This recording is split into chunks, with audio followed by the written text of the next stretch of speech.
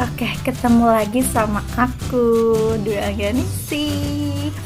Oke, kali ini aku mau jelasin ke kalian tentang pengaplikasian perencanaan program preset framework pada penyakit diabetes mellitus. Nah, langsung aja ya kita lihat tentang penjelasannya. Oke, kasus ini terjadi di daerah P. Ya, banyak lah daerah PB sana saya ya. Pokoknya daerah P. Nah, di perencanaan program ini ada 4 tahap atau 4 fase. Ada fase pertama, kedua, ketiga, keempat. Nah, langsung aja kita masuk ke tahap ke-1 atau fase ke-1. Fase ke-1 ada 3 hal yang perlu kita ketahui, yaitu 1. Ya, jenis kelamin. Jenis kelamin. Pada penelitian yang sudah dilakukan, responden yang memiliki jenis kelamin perempuan lebih beresiko terkena diabetes mellitus daripada seorang yang berjenis kelamin laki-laki. Kenapa sih kak? Kalian kan bertanya-tanya, kok perempuan? Tapi kebanyakan kok laki-laki. Nah, ternyata perempuan ini memiliki kecenderungan malas bergerak seperti kita ini, kaum mager. Jadi dia gak mau bergerak, sehingga hormon insulin mereka ini tidak bisa diproses secara baik atau benar gitu. Jadi yang lebih beresiko itu adalah kaum wanita seperti itu. Kemudian kita lanjut yang kedua. Nah, yang kedua adalah umur. Ya, kenapa sih kak umur? Iya, soalnya dari penelitian yang sudah dilakukan, responden yang memiliki usia di atas 60 tahun itu itu lebih beresiko terkena diabetes, atau orang-orang yang dikatakan lansia. Lansia itu lebih beresiko terkena diabetes. Kalau kalian tanya kenapanya, karena waktu muda itu biasanya mereka tidak merawat diri. Mereka itu tidak menjaga pola makan yang baik, kemudian tidak melakukan pola hidup yang baik, kemudian mereka itu suka makan makanan yang manis, suka junk food, mereka juga tidak pernah mau berolahraga, sehingga pada masa tuanya mereka terkena diabetes mellitus. Seperti itu. Kemudian langsung aja yang ketiga. Ya, tingkat pendidikan.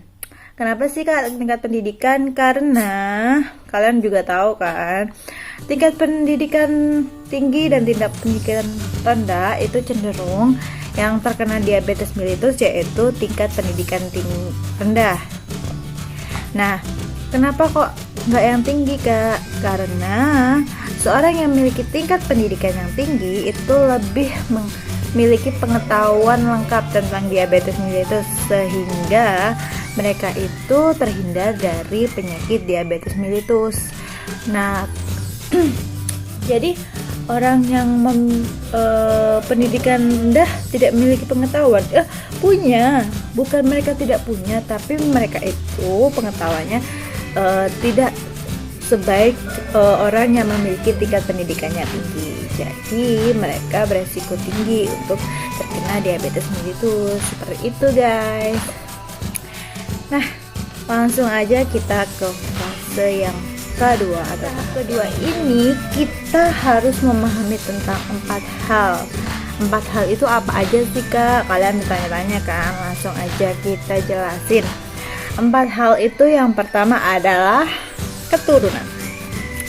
Kenapa kok keturunan kak?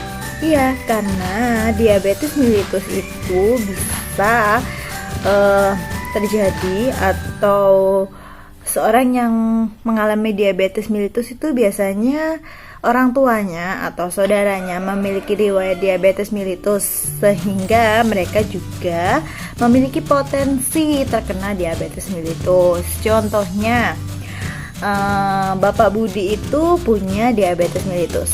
Kemungkinan besar Budi ini juga akan terkena diabetes mellitus. Sedangkan seandainya Bapak Aldi ini tidak punya diabetes mellitus, dia kemungkinan besar tidak akan terkena diabetes mellitus. Tetapi jika dia tidak melakukan pola hidup sehat, maka dia akan terkena diabetes mellitus. Seperti itu. Nah, yang kedua ya guys, salah fokus ketiga. Oke, yang kedua itu tentang perilaku. Ya, betul, perilaku. Nah, buat kalian yang udah punya gen atau udah punya keturunan diabetes mellitus, harusnya jaga pola hidup sehat. Nah, biasanya orang yang udah punya gen atau keturunan diabetes, tapi dia tuh kayak jarang atau mereka itu tidak membuat kadar gulanya itu normal, tambah ya udahlah biarin kayak gitu. Jadi akhirnya mereka itu terkena diabetes mellitus. Nah, terus orangnya juga kurang melakukan aktivitas di dalam atau di luar rumah, seperti itu guys. Jadi mereka terkena diabetes mellitus. Kemudian langsung aja yang ketiga. Oke, yang ketiga itu adalah lingkungan. Iya, lingkungan. Biasanya orang yang terkena diabetes mellitus itu memiliki lingkungan yang acuh. Kenapa sih kak kok acuh? Iya, karena mereka keluarga atau tetangga mereka itu kurang memperhatikan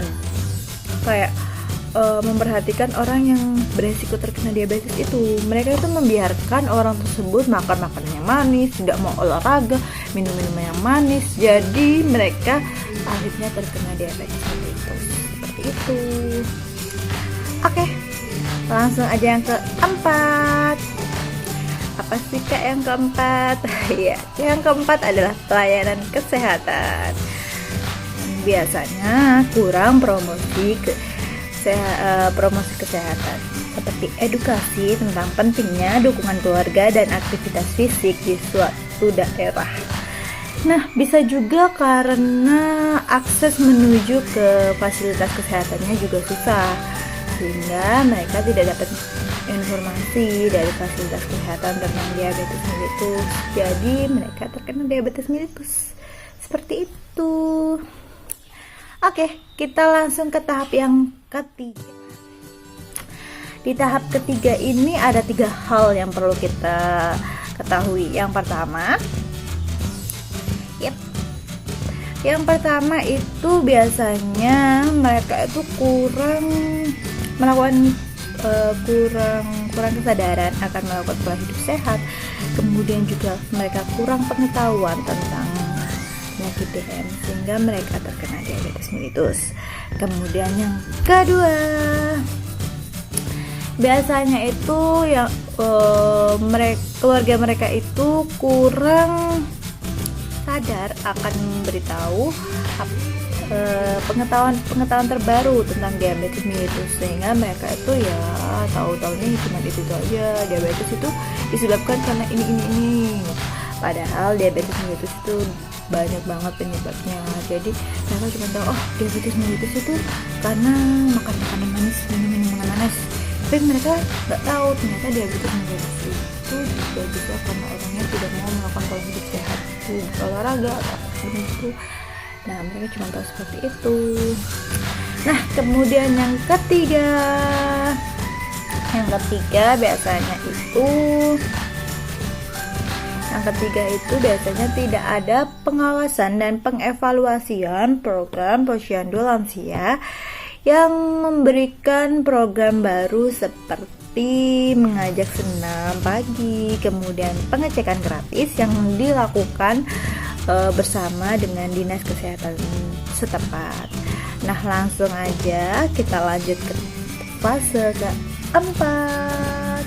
Biasanya itu fasilitas kesehatan itu tidak melakukan atau mengecek ulang siapa saja yang terkena diabetes mellitus.